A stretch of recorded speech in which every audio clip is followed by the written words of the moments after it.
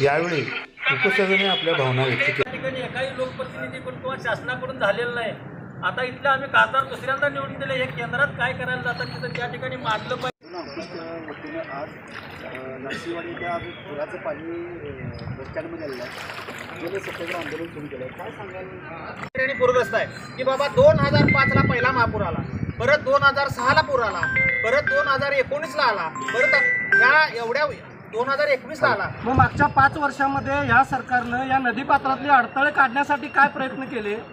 त्याच्या उलट एक अडथळे काढायच्या ऐवजी आता नव्यानं अडथळे करायला सुरू आहेत. आज आमच्या या सीमा भागामध्ये 10 ते 12 पूल आता सध्या बांधायला सुरू आहे. आता नव्यानं इथं कनवाड म्हैसाळ बंधारा आहे, तिथं आता DTMC याच्याऐवजी उपाययोजना न करता यासने पुलं बांधल्यानंतर या आमदार मंत्री आणि या सगळ्या लोकांनी पूल बांधल्यानंतर जे कमिशन मिळतं याच्यासाठी